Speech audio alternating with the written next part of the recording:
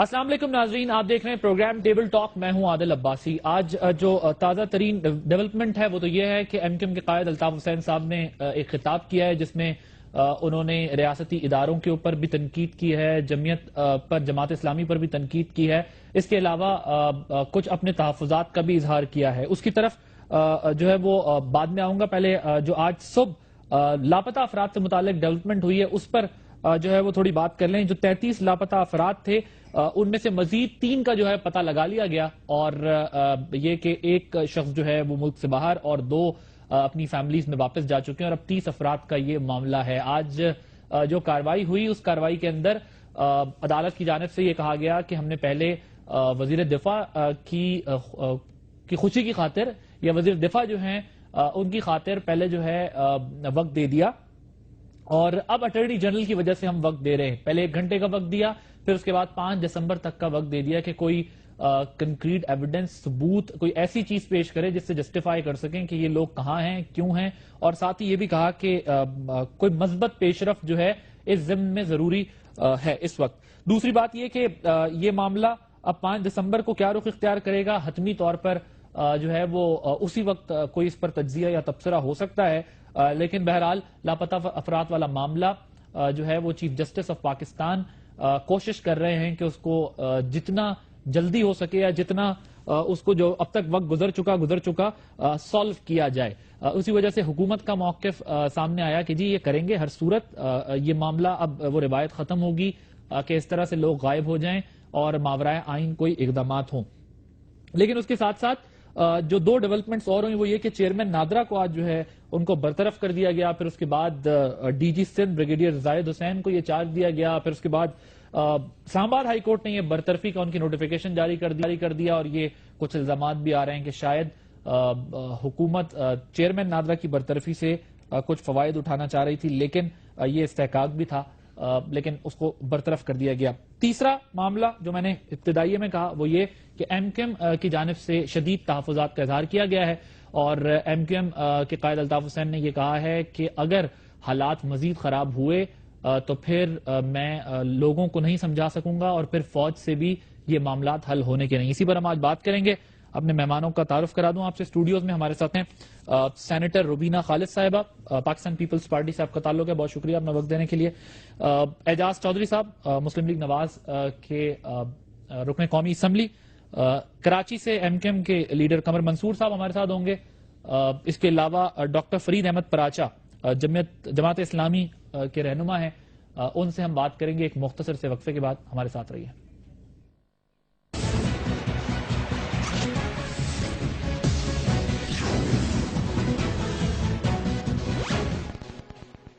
Programme میں خوش آمدید ناظرین. ایم کیو ایم کے قائد الطاف حسین صاحب کی جانب سے جو الزامات لگائے گئے ہیں، انہوں نے یہ کہا ہے کہ ہمارے خلاف جو ہے وہ کارروائی کی جا رہی ہے، آپریشن جو کیا جا رہا ہے اس میں ایم کیو ایم کے کارکنوں کو چن کر گرفتار کیا جا رہا ہے، اور ایم کیو ایم کے جو دیگر کارکنان ہیں وہ رات کو جو ہے وہ سکون سے سو بھی نہیں سکتے. لیکن جو اس ملک میں دہشت گرد اور دہشت گردوں کی پشت پناہی یا ان کی حمایت کرتے ہیں ان کے خلاف کوئی کارروائی ہوتی نہیں دکھائی دے رہی. انہوں نے جماعت اسلامی کو بھی ہدف تنقید بنایا، اور یہ کہا کہ جماعت اسلامی کے 7 لوگ ڈرون میں مارے گئے. اس کے علاوہ جماعت اسلامی کے لوگوں کے پاس، جو جمعیت کے جو طلبہ ہیں ان کے پاس سے شراب کی بوتلیں اور اسلحہ برآمد ہوتا ہے. اس کے علاوہ بسیں جلا دی جاتی ہیں، ان کے خلاف کوئی کارروائی نہیں کی جاتی، لیکن ہمارے لوگوں کے خلاف کارروائی ہوتی ہے. انہوں نے کہا معاملات میرے ہاتھ سے نکل گئے تو مجھ سمیت کسی کو بھی حالات کنٹرول کرنے کی مزید ہمت نہیں رہے گی. میں مزید حالات کو کنٹرول نہیں کر سکوں گا اگر یہ چیزیں ایک دفعہ میرے ہاتھ سے نکل گئیں. اور انہوں نے کلیئر یہ کہہ دیا کہ ہم پھر انٹیمیٹ کر رہے ہیں، پھر وارن کر رہے ہیں، سمجھا رہے ہیں، گزارش کر رہے ہیں کہ اگر حالات کو سنجیدگی سے نہ لیا گیا، نہ سمجھا گیا تو اس کے نتیجے میں اسٹیبلشمنٹ نے جو نفرت کی دیواریں تعمیر کی ہیں اس کے نتائج اچھے نہیں نکلیں گے. ایک دفعہ پھر اسٹیبلشمنٹ کی جانب ایم کیو ایم کی انگلیاں ہیں اور کچھ سوالات اور تحفظات ہیں. اسی پر ہم بات کریں گے. سب سے پہلے قمر منصور صاحب اس وقت ہمارے ساتھ موجود ہیں. قمر صاحب ذرا فرمائیے گا کہ ایم کیو ایم آپ کے اس آپریشن سے متعلق ذرا پہلے بتا دیجیے کہ جو آپریشن ہو رہا ہے یہ آپ لوگوں کو خالصتاً لگتا ہے کہ آپ کے خلاف ہے؟ آپ کے اس پہ تحفظات ہیں کہ یہ آپ کے خلاف ہی ہو رہا ہے صرف؟ جی، جہاں تک تحفظات کا سوال ہے، تحفظات کا جہاں تک سوال ہے تو یہ تو اکثر اس کی جھلک جو ہے وہ نظر آئی ہے کہ جناب یہ آپریشن جو ہے وہ ایم کیو ایم کے خلاف ہو رہا ہے، اور اس کے اندر اس آپریشن کے سیاسی مقاصد ہیں، اور اس میں ایم کیو ایم کے مینڈیٹ کو چرانے کی کوشش کی جا رہی ہے، ایم کیو ایم پر جھوٹے اور لغو الزامات لگا کر عوام کو گمراہ کرنے کی کوشش کی جا رہی ہے، اور نتیجہ اس کا یہ نکلا۔ مثال کے طور پہ اس کی میں چھوٹی سی آپ کو مثال دیتا ہوں۔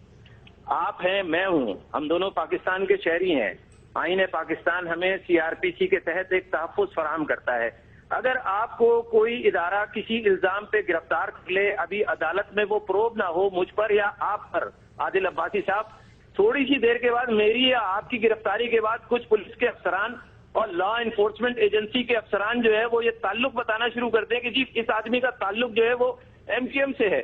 تو بات صرف اتنی سی ہے کہ اس کا مقصد صرف اتنا ہے کہ آپ صرف ایم کیو ایم کو برا بھلا کہنا چاہتے ہیں۔ ایم کیو ایم ایک مڈل کلاس جماعت ہے، پاکستان کی آخری ہوپ ہے، لوگ سب کو آزما کے دیکھ چکے ہیں، ہم اپنے دور میں ڈلیور کر کے دکھا چکے ہیں، آپ پاکستانیوں سے وہ آخری امید چھین لینا چاہتے ہیں اور پاکستانیوں کو دھوکے میں، فریب میں مبتلا رکھنا چاہتے ہیں۔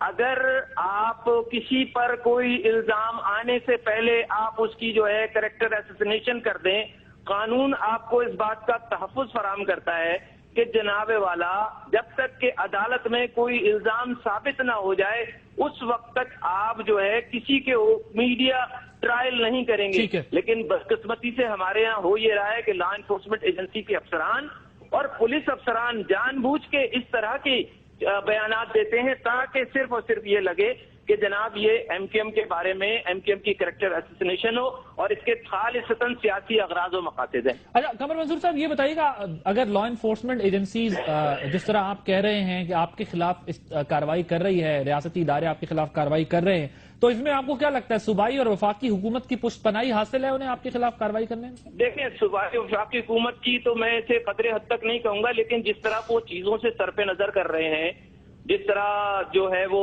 مطلب ایکسیسو فورس کا استعمال کیا جا رہا ہے، اس سے میں یہ سمجھنے پر مامور ہوں کہ جناب یہ اس سے سر پہ نظر کر رہے ہیں صرف اس لیے کہ ان کی سیاسی وہاں پر کسی قسم کا کوئی اسٹیک نہیں ہے، اور وہ یہ چاہتے ہیں کہ جناب ایم کیو ایم تھک کے گرے تاکہ ہم جو ہے وہاں پر جو ہے ہم وہاں پر اپنی جگہ بنا سکیں، سوائے اس کے اور کچھ بھی نہیں ہے۔ ٹھیک ہے، ایک طرف آپ صرف نظر کہہ رہے ہیں کہ وہ صرف نظر کر رہے ہیں کہ ان کا سٹیک نہیں ہے، لیکن سندھ حکومت تو ظاہر ہے وہ تو کلیم کرتے ہیں نا، اگر وفاقی حکومت کی آپ بات نہ بھی کریں، اور وزیر اعظم صاحب میں ذرا گزارش کر لوں کہ وزیر اعظم پاکستان نواز شریف ابھی ایف پی سی سی آئی کے لوگوں سے بھی جب انہوں نے خطاب کیا تھا اس میں بھی انہوں نے یہ بات کی، اور بھی کئی مقامات پہ ہو گئے تھے۔ کراچی کا دیکھیں جی بتدریج حالات بہتر ہو رہے ہیں اور کراچی کا آپریشن جاری رہے گا، اور کراچی کے آپریشن کے نتائج آنا شروع ہوئے ہیں۔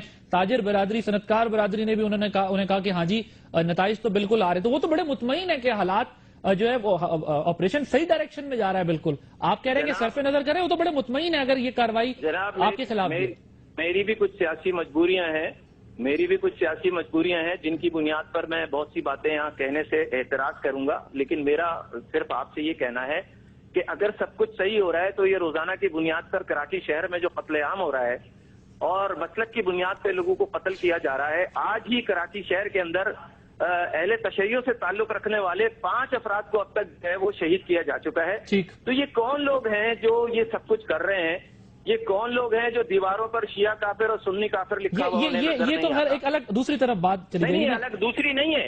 شہر اس میں لا انفورسمنٹ ایجنسیز کرا رہی ہیں، آپ کے گھر کے سامنے کوئی واقعہ ہوگا تو کیا آپ کا گھر متاثر نہیں ہوگا؟ نہیں بالکل ہوگا، لیکن اس کا ریاست سے براہ راست مطلب ریاستی ادارے سے کوئی تعلق بنتا ہے؟ آپ کیوں نہیں بنتا؟ ریاستی ادارے ہی تو جناب اس بات کی تنخواہ وصول کر رہے ہیں، تحفظ فراہم کرنا نا، تو وہ نہیں انٹیلیجنس کے ادارے تو ان کے پاس ہے نا، ساری چیزیں تو ان کے پاس ہے، ریاست پہ کیوں نہیں؟ دیکھیں کسی بھی ناحق خون بہنے کی تمام تر ذمہ داری ریاست پر جاتی ہے، ریاستی حکمرانوں پر جاتی ہے۔ آئین کے تحفظ کی پاسداری کا انہوں نے حق اٹھایا ہے، آئین پاکستان کے لیے وہ کام کر رہے ہیں۔ تو ریاستی ادارے قمر منظور صاحب، ریاستی ادارے پھر درست سمت میں کام نہیں کر رہے بلکہ انتقامی کارروائی کر رہے ہیں۔ ہاں، اس کو کسی حد تک یہ کہہ دیں گے کہ جب ہم درخواستیں کر رہے ہیں، سپریم کورٹ سے کہہ رہے ہیں، جج سے کہہ رہے ہیں کہ جناب آپ